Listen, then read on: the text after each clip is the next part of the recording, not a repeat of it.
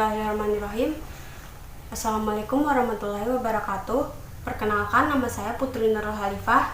Di sini saya akan mempresentasikan makalah saya yang berjudul Penegakan Hukum di Indonesia. Pertama-tama kita akan masuk ke bab 1 pendahuluan 1.1 latar belakang. Seperti yang kita ketahui, setiap negara pasti mempunyai peraturan-peraturan dan hukumnya. Begitu juga dengan negara Indonesia. Negara Indonesia adalah negara hukum yang mempunyai peraturan hukum yang sifatnya memaksa seluruh rakyat Indonesia harus patuh terhadap peraturan-peraturan atau kebijakan-kebijakan hukum di Indonesia. Indonesia untuk patuh terhadap hukum yang ada di negara Indonesia, dan negara pun membentuk badan penegak hukum guna mempermudah dalam mewujudkan negara yang adil dan makmur. 1.2 Rumusan masalah. 1. Apakah pentingnya peran pemerintah dalam penegakan hukum? 2. Bagaimana keadaan penegakan hukum di Indonesia saat ini? 3. Bagaimana cara menegakkan hukum di negara kita? Kita akan masuk ke bab 2, pembahasan. 1.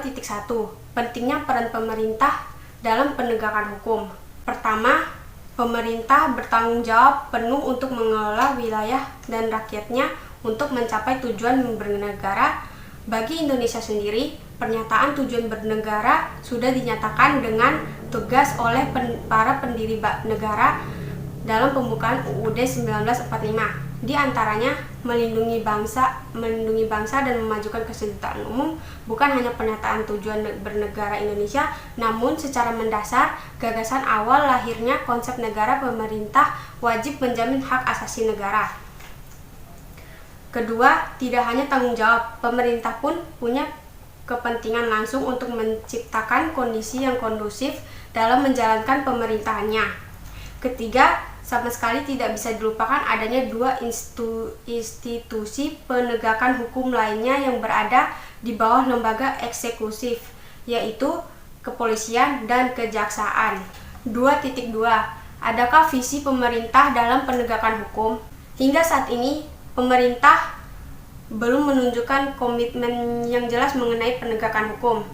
Seringkali hukum dianggap sebagai sesuatu yang tidak penting dalam proses demokratis.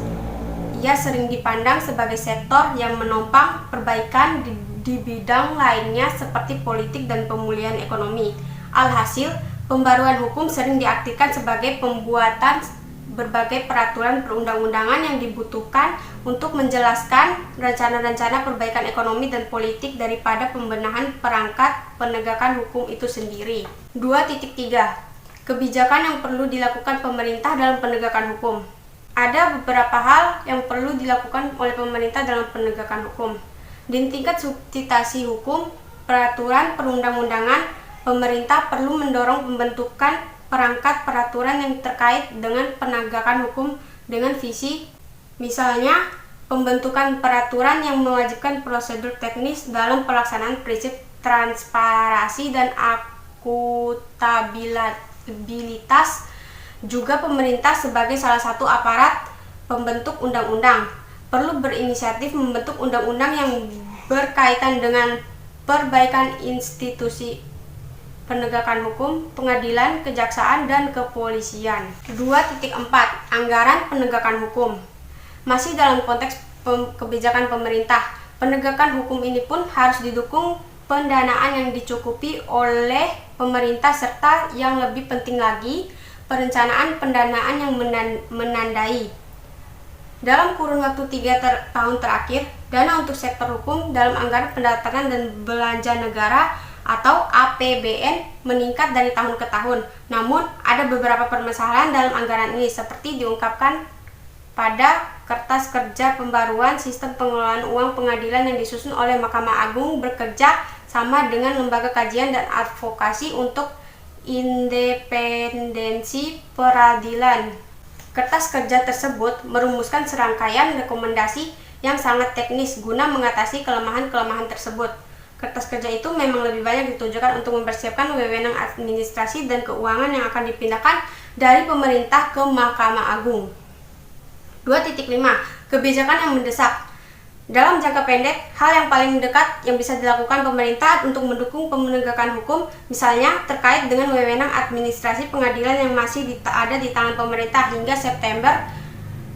Di sini pemerintah bisa memainkan peranan penting dalam mendisiplinkan hakim-hakim yang diduga melakukan praktek korupsi dan kolusi. Selain itu, perlu ada dorongan dalam pembentukan undang-undang yang berkaitan dengan pembenahan institusi pengadilan.